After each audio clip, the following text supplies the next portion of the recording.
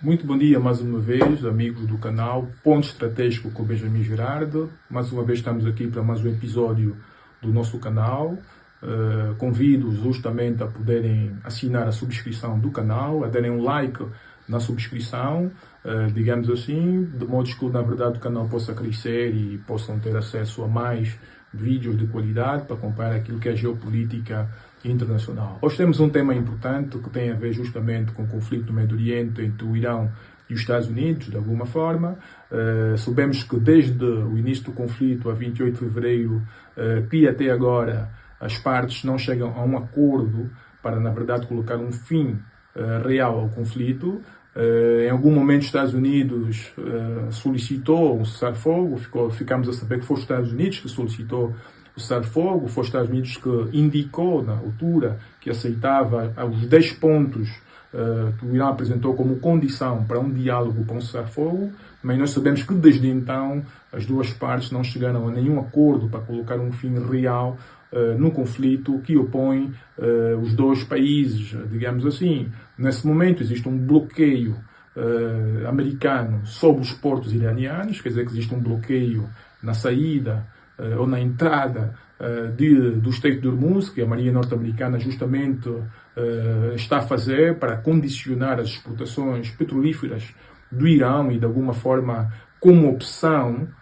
colocar o Irão de joelhos do ponto de vista econômico e, desta forma, obrigar o Irão a chegar a um acordo com os Estados Unidos. Mas nós estamos a ver que isto não está a acontecer, porque o Irão, obviamente, tem outras alternativas. É só olharmos para o mapa.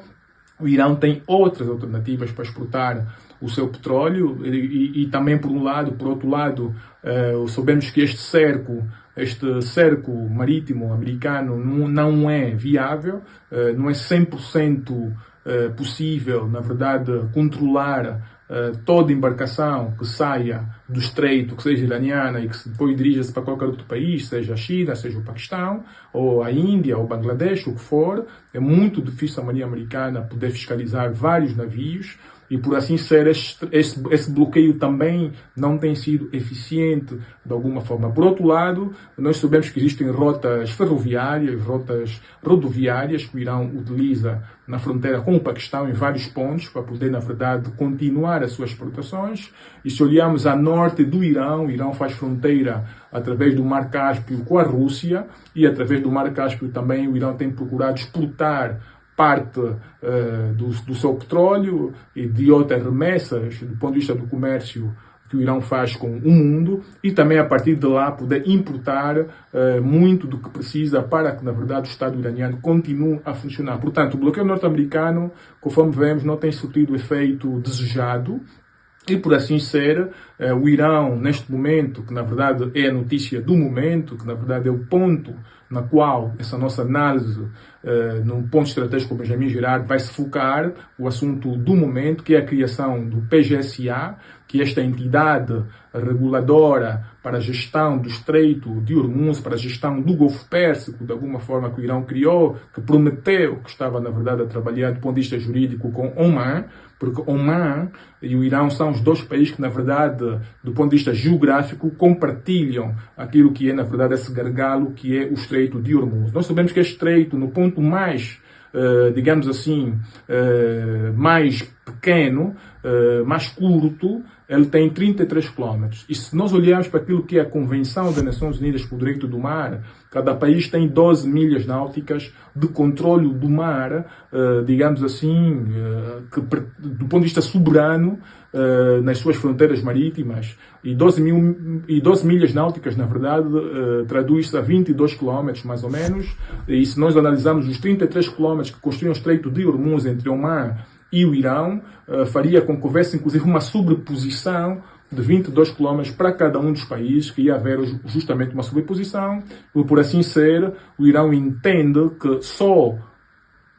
ele, o Irão, no caso, e Oman, tem, na verdade, do ponto de vista jurídico, competências para negociar e depois para gerir, eventualmente, toda a passagem marítima num estreito. Por outro lado, o Irão não ratificou a Convenção das Nações Unidas para o Direito do Mar, não reconhece essa convenção. E por outro lado, o Irão, por assim ser, ademais, o Irão considera que as águas territoriais na zona do Estreito de Hormuz são simplesmente águas iranianas e águas omanitas e, portanto, somente o Irão e Oman poderão, na verdade, ter alguma decisão relativamente à gestão na passagem do Estreito. E, por assim ser, o Irão hoje, esta semana, de alguma forma, indicou a criação desta entidade, que é o PGSA, que é a entidade de gestão do Golfo Pérsico, que na verdade será a autoridade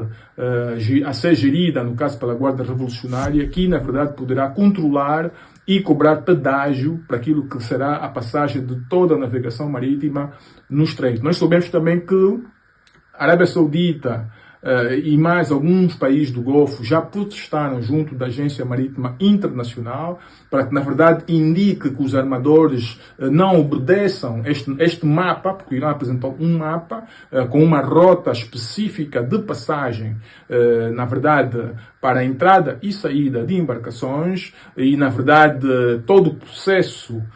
administrativo que essas embarcações deverão obedecer até o pagamento desse pedágio, no caso, desse valor para autorizar a sua passagem. E, na verdade, os países do Golfo já estão a protestar junto da Agência Marítima Internacional para que, na verdade, essa agência indique que as embarcações não paguem esse pedágio. Na verdade, isto que estamos a ver é um momento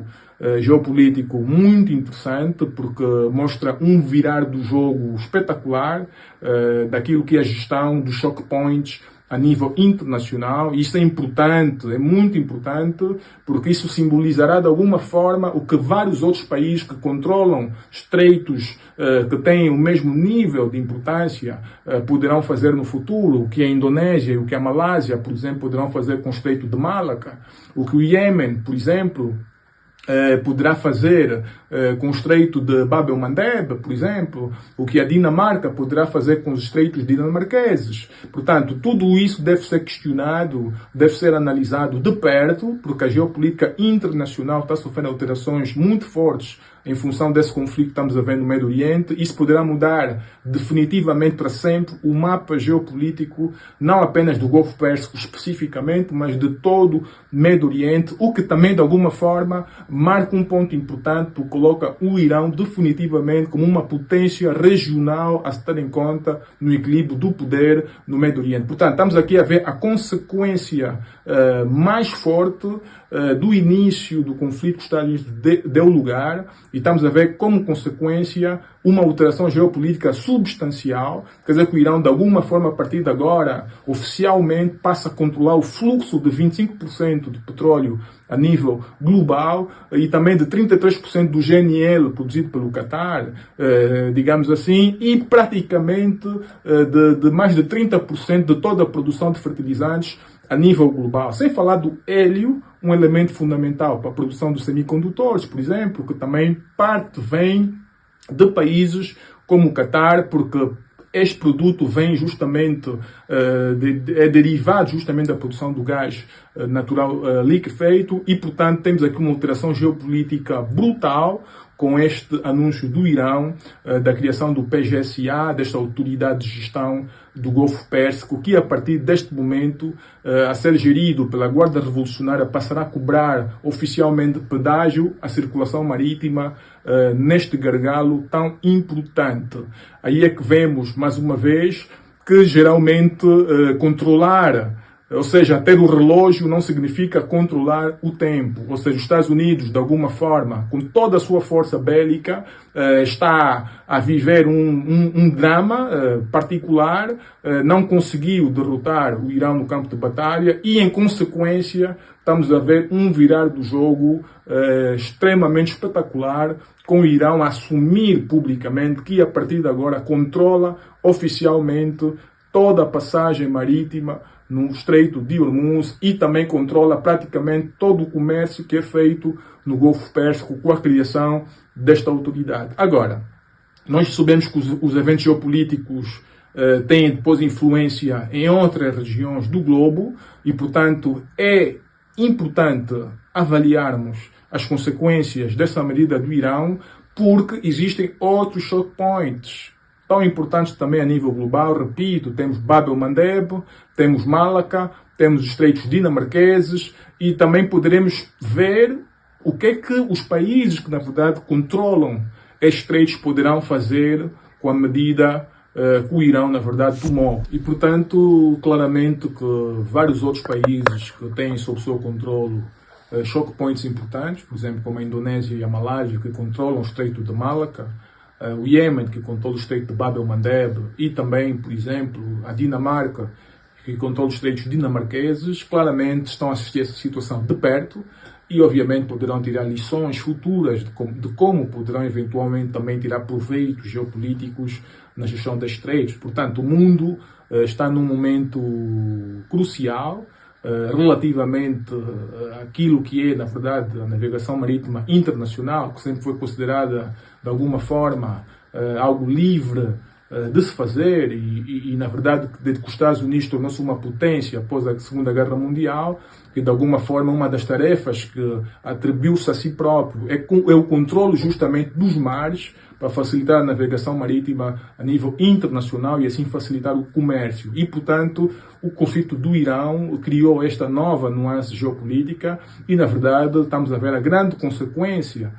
já agora, dos Estados Unidos ter atacado o Irão e não ter conseguido, na verdade, de alguma forma, solucionar o problema pela via da força. E, claramente, como diz o velho provérbio árabe, novamente, ter os relógios não significa controlar o tempo. Ou seja, ter as maiores armas, ter o maior poder militar, o maior poder bélico, na verdade, não significou ganhar a guerra. E, sendo assim, estamos a ver as consequências hoje, com esta decisão do Irão, de, na verdade, de alguma forma, de júri controlar a gestão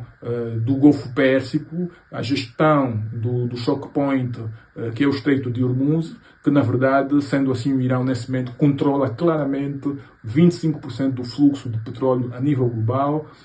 mais de 30% do fluxo do GNL, que é o gás natural liquefeito, mais de 33% da produção mundial de fertilizantes que sai naquela região, o Irão também o controla, mais de 30 e tal por cento do hélio, que é fundamental para a fabricação dos semicondutores, que o Irão também controla, e, portanto, estamos a ver que o Irão, de alguma forma, nesse momento, tem grande poder sobre a economia mundial, sem dizer que as consequências do conflito entre o Irão e os Estados Unidos poderemos começar a ver a partir dos meses de julho, dos meses de agosto, porque eventualmente poderemos começar a sentir, o mundo poderá começar a sentir os efeitos de uma recessão, e estamos a ver o poder, na verdade, de alguma forma, que o Irão representa no mundo nesse momento. Nesse momento, o Irão está a demonstrar claramente que é uma potência regional a se ter em conta e que continuará a ser um fator decisivo para o equilíbrio de poder na região do Médio Oriente. Mais uma vez, obrigado por terem assistido este vídeo. Obrigado, mais uma vez, por terem feito subscrição ao canal. Façam mais subscrição ao canal, dão likes ao canal para que o canal cresça, para que continue a ter, de facto, acesso à informação de altíssima qualidade. Muito obrigado.